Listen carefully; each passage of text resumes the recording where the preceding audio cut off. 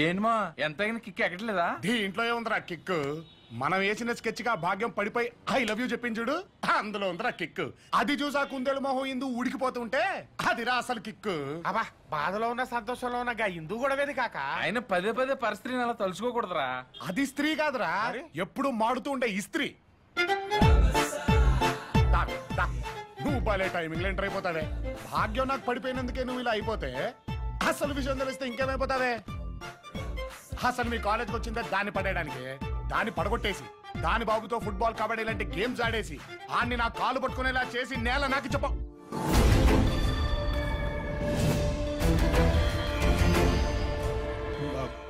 భాగ్యం అది అది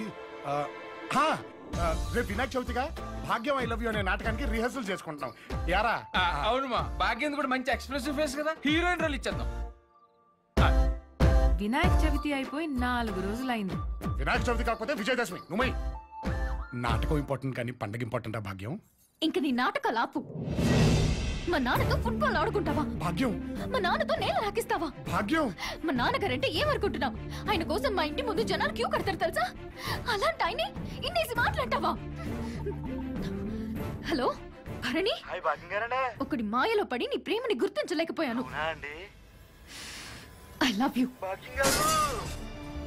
ఇందు, వీడికి నువ్వే కరెక్ట్. భాగ్యం. భాగ్యం. ఏంట్రా నువ్వు హీరోవి, అది హీరోయినా? ఎక్కడ్రా నీ హీరోయిన్?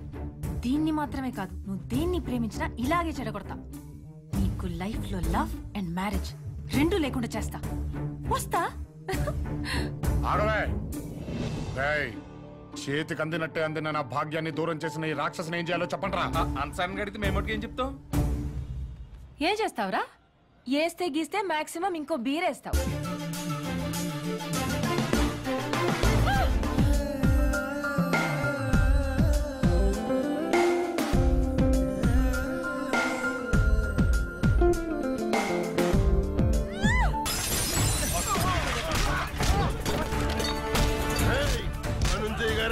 కన్యాతి